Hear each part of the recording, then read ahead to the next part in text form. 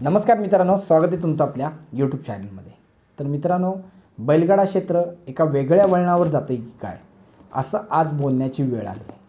आणि मित्रांनो, हे वेळ का आले, तर मित्रांनो, मागील काही काळामध्ये ज्या काही अशा घटना घडत आहेत, त्या घटना हेच दाखवत आहेत की ना प्रेक्षक त्याचा विचार करत आहेत, ना बैलगाडा मालक त्याचा विचार करत आहेत, ना आयोजक त्याचा विचार करत आहेत की भविष्यामध्ये ज्या काही कृती मैदानामध्ये घडत आहेत, त्या कृती ह्या बैलगाडा क्षेत्र बंदीच्याच दिशेने घेऊन जाणार आहेत.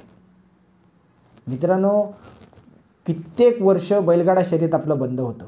यामध्ये असंख्य लोकांचं नुकसान झालं आहे. मग ते बैलगाडा मालकांचं झालं आहे, बैलगाडा प्रेमींचं झालं आहे, अनेक लोकांचं झालं आहे. कितीतरी स्पीडची बैल जाग्यावर उभी राहून ते संपून गेले, पण बैलगाडा क्षेत्र चालू झालं नाही. आज माझ्यासारख्या कितीतरी लोकांना मोठा लक्ष्य छोटा लक्ष्य गाडी बघण्याची होती, परंतु त्यांच्या पळण्याच्या काळामध्ये मोठा लक्ष्य आणि छोटा लक्ष्याची गाडी पळू शकली नाही, कारण का बैलगाडा क्षेत्र बंद होतं. आणि जेव्हा बैलगाडा क्षेत्र चालू झालं तेव्हा ती बैल म्हणजे त्यांच्या वयाच्या बाहेर गेलेली होती. आणि कित्येक असे बैल आहेत ते त्यांचं आपलं कर्तृत्व मैदानामध्ये दाखवू शकले नाही. आणि हे होऊ शकलं कारण का बैलगाडा क्षेत्रामध्ये बंदी होती. आणि हे बैलगाडा क्षेत्र चालू व्हावं म्हणून कित्येक लोकांनी प्रयत्न केलेत, कित्येक लोकांनी सरकारी उंबरे झिजवलेत, कोर्टाच्या फेऱ्या मारल्यात, आणि हे सगळं एवढ्या कष्टातून पुढे जाऊन आपलं बैलगाडा क्षेत्र चालू झालं. आणि आज बैलगाडा क्षेत्र जसं चालू झालं आहे, बैलगाडा क्षेत्राला आपण म्हणतो सुगीचे दिवस आलेत, बैलांना चांगले दिवस आलेत, त्यांना मोठमोठ्या किमती येत आहेत. बैलांना ज्या मोठमोठ्या किमती येत आहेत, तर त्या निमित्ताने शेतकऱ्यांना चांगले दिवस आले.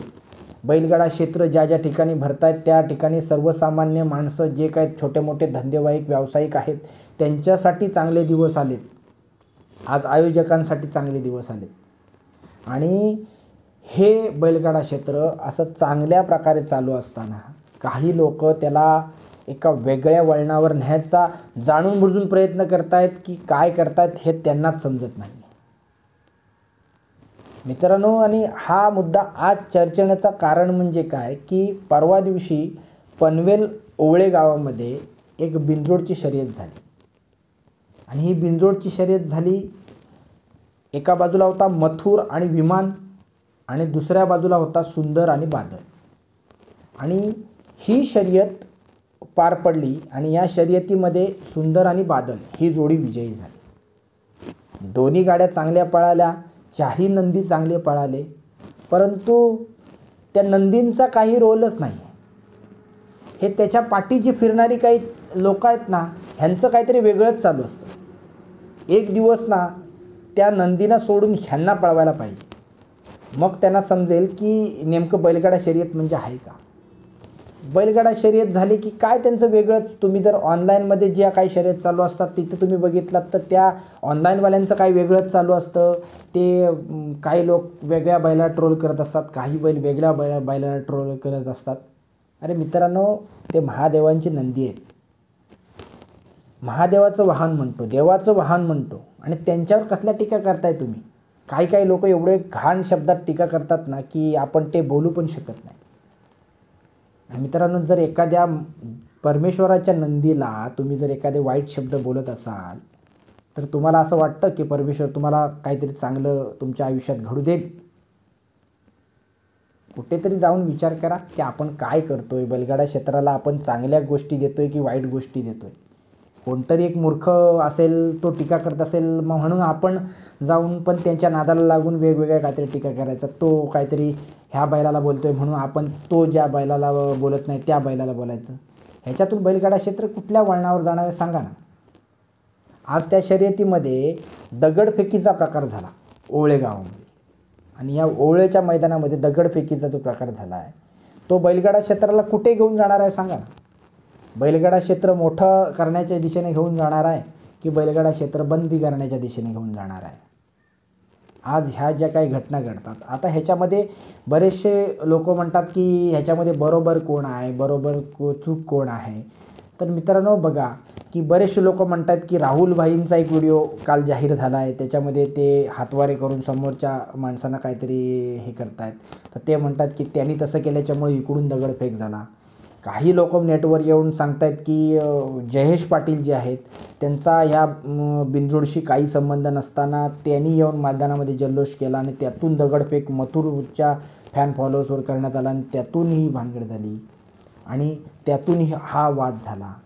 मित्रांनो, आता कोण बरोबर आहे आणि काय बरोबर आहे हे आपल्याला काय माहीत नाही, कारण का आपण तिथे काय अवेलेबल नव्हतो.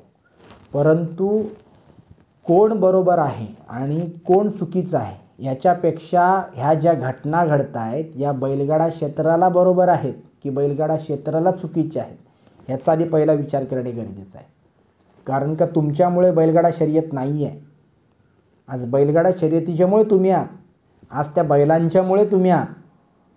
आज कोणाला तरी वाटत असेल की मी कोणतरी आहे आणि माझ्यामुळे बैलगाडा शर्यत आहे, तर तो गैरसमज आधी काढून टाका. आणि या संपूर्ण जी घटना झाली आहे ना त्याचा आधी आम्ही माझ्या चॅनलच्या वतीने आम्ही निषेध व्यक्त करतो की अशा ज्या घटना जेवढ्या मित्रांनो, आपण सर्वच बैलांचे फॅन आहोत. मग तो बकासूर असेल, मथुर असेल, जेवढे नंदी आहेत त्या सगळ्या बैल आपलेच आहेत, सगळे नंदी आपलेच आहेत. त्याच्यामुळे काही लोक मग आम्ही अशी काहीतरी व्हिडिओ बनवली ना की काही जण येतात मग तुम्ही ह्याच्यावर जळता त्याच्यावर जळता. मित्रांनो, आम्हाला कोणालावर काही जळायची गरज नाही. ज्या दिवशी जो बैल चांगलं करेल त्याचं कौतुकच करतो. आपलं पूर्ण चॅनल जाऊन तुम्ही चेक करू शकता. पण जो गोष्ट कोणी चुकीची करेल ना आणि जी गोष्ट बैलगाडा क्षेत्राला बंदीच्या दिशेने घेऊन जाणारी असेल तर त्याची निषेध आणि त्याचा विरोध हा करणारच. कारण का चुकीच्या गोष्टीचा विरोध हा झालाच पाहिजे. मित्रांनो, आज ह्या ज्या काही गोष्टी घडत आहेत, आज कुणीतरी प्रत्येक बैल मालकानं प्रत्येक त्याच्याबरोबर येणाऱ्या त्या बैलाच्या फॅन फॉलोअर्सने एक गोष्ट लक्षात घ्यायला पाहिजे की आपण जी कृती करतोय ती कृती बरोबर आहे की चुकीचं आहे. चालेल, पुढे कोणाचं चुकलं असेल, कोणतरी चुकीची गोष्ट केली असेल म्हणून त्याने चिखलामध्ये दगड मारला म्हणून आपण चिखलामध्ये परत दगड मारायचा का? आज कुठल्या युगामध्ये आपण राहतोय ह्याचा पण थोडासा प्रत्येकाने ओळखण्याची गरज आहे ना, की आपण बाबा कोणत्या जमान्यात, सोशल मीडियाच्या जमान्यामध्ये आपण राहतो. आणि प्रत्यक्ष मैदान झाल्यावर एखादा नंदी हारला आणि एखादा नंदी जिंकला ह्याच्यावरून दगडफेक होणार असेल तर मग ह्या बैलगाडा क्षेत्राला काय उपयोग राहणार आहे? मित्रांनो, या बैलगाडा क्षेत्रामध्ये कोणतरी संध्याकाळी जिंकणार आहे आणि कोणतरी हारणारच आहे. आज जर एखादा नंदी जिंकला तर दुसरा कोणतरी हारणार आहे. आज दुसरा कोणतरी जिंकला तर तिसरा कोणतरी हारणार आहे. मग ज्या खेळामध्ये हार जीत ही निश्चितच आहे, त्या खेळामध्ये हार जीतवरून जर भांडणं होणार असतील तर मग हा खेळ कुठल्या दिशेने आपण घेऊन चाललो आहे ह्याचा विचार फक्त सर्वांनी करावा, एवढीच माफक आपली अपेक्षा आहे.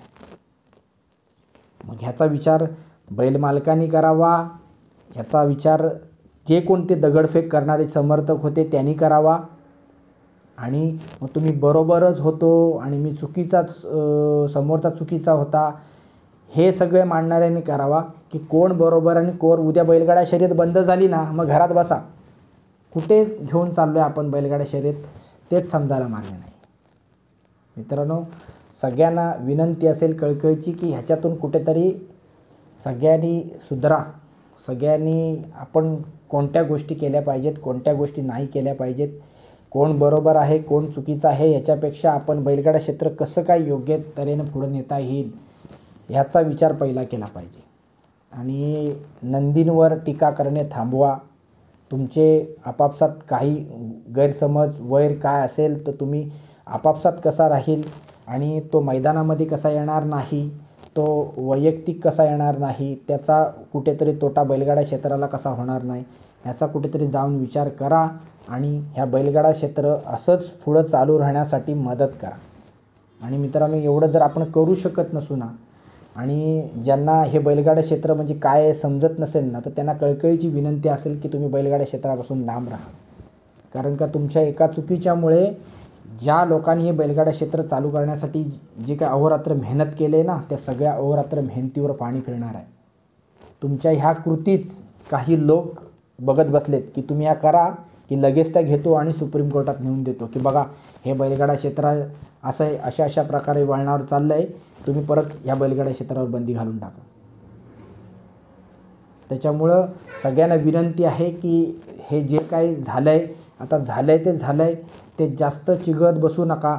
त्याचे जे काय फुटेज असतील किंवा जे काय हे असतील तर जास्त व्हायरल करत बसू नका. जे काही गोष्टी झाल्यात त्या तिथल्या तिथं मिटवा आणि भविष्यामध्ये अशा गोष्टी घडणार नाहीत याची काळजी घ्या. बाकी मित्रांनो, तुम्ही सगळेच सुज्ञ आहात, त्याच्यामुळे तुम्हाला सगळ्यांना आपल्याला काय म्हणायचं ते समजलं असेल.